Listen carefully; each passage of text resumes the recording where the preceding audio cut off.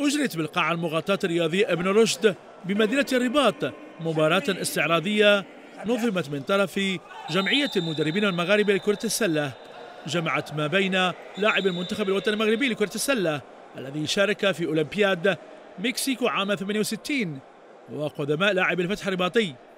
وكان من بين المشاركين عبد الغفور الغريسي، نور الدين الشرادي، والمختار الصياد. هذه المباراة كانت فرصة لتكريم عبد الرحمن بوعنان، عبد الجبار بالقناوي، وخليل اليمني، وكذلك سعيد بن شرقي.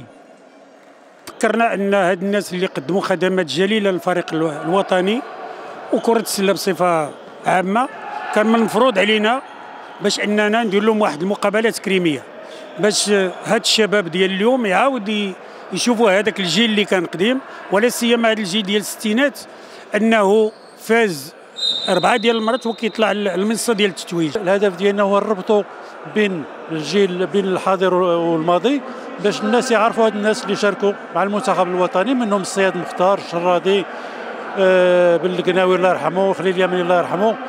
فالهدف ديالنا هو خصنا نعرفوا هاد الناس لان عطاو الكثير لكره السله. الربع الاول تبعه التكافؤ وتمكن من خلاله فريق الفتح الرباطي من الفوز بفارق نقطه واحده 17 مقابل 16. الربع الثاني استطاع فيه المنتخب المغربي تحقيق التقدم بفارق نقطة واحدة ب7 مقابل 6. في الربع الثالث احتدم الصراع ما بين الفريقين لينتصر فريق الفتح الرباطي ب8 نقاط مقابل 7. الربع الرابع والأخير فريق الفتح كان ملزما بتقديم أداء جيد للخروج بالتفوق لينتهي لمصلحة الفتح ب10 نقاط مقابل 9. يفوز الفريق الرباطي على حساب المنتخب المغربي ب 41 مقابل 39 في نهاية أحداث المباراة.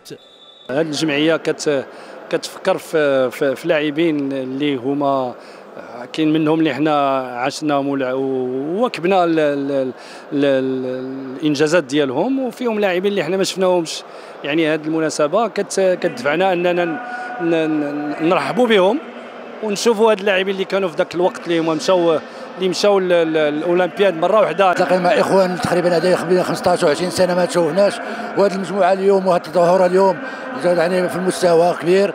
واليوم كان واحد اللقاء بين الصحفي وبين اللاعبين القدماء والمحبين والجمهور. وفي ختام فعاليات المباراه الاستعراضيه تم توزيع الجوائز على المكرمين من لاعبين قدماء للمنتخب الوطني المغربي لكره السله اللي شارك عام 68 بأولمبياد مكسيكو، واللاعبين القدماء لفريق الفتح الرباطي في انتظار النسخة المقبلة.